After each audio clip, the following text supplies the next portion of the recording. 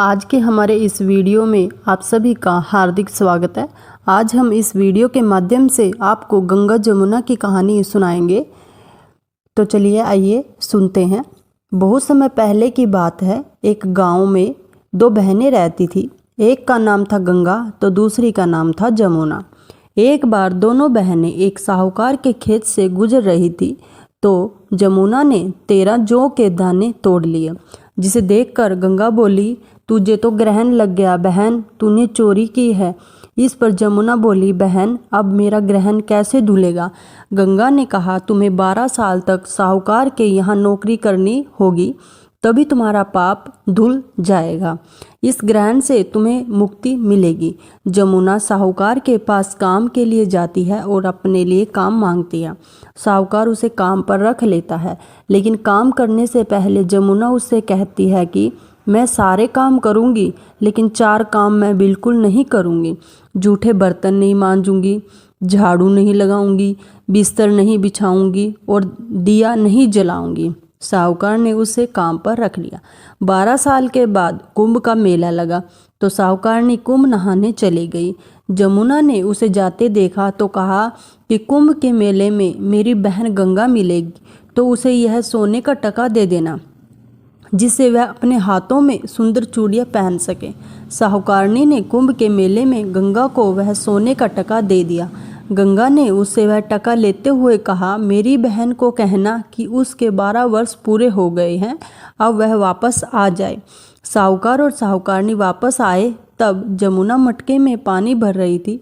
दोनों जमुना से बोले, हमने सोने का टका तेरी बहन गंगा को दे दिया है। उसने कहा है कि तेरे 12 वर्ष पूरे हो गए हैं, इसलिए अब तुम वापस आ जाओ।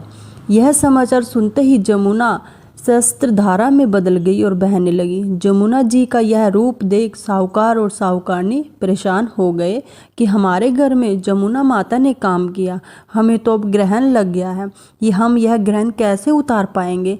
जमुना भागकर गंगा माता के पास चली गई। गंगा ने जमुना से पूछा कि तुम क्या साहूकार और साहूकारनी से कुछ कहकर आई हो या ऐसे ही बिना बताए आ गई। तब जमुना बोली, मैं तो कुछ भी बताकर नहीं आई हूँ। गंगा ने कहा, जाओ और उन्हें धीरज देकर आओ, वरना वो सारा जीवन असंतोष में ही रहेंगे। गंगा माता के कहने पर जमुना माता ने साहूकार और साहूकारनी के सपन में दर्शन दिए और कहा कि तुम दोनों उल्टे माथे क्यों पड़े हो, जाओ उठकर खाओ पियो।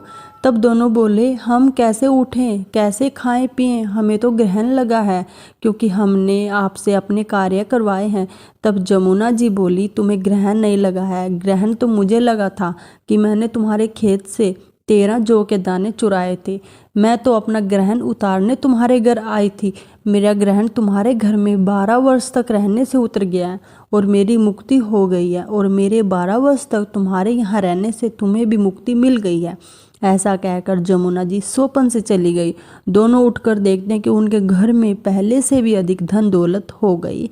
अगर आपको मेरी ये कहानी या कथा अच्छी लगी हो तो कमेंट करके ज़रूर बताना, ताकि मैं आपके लिए कुछ ऐसी ही पौराणिक कथाएं लेके आती रहूं। धन्यवाद।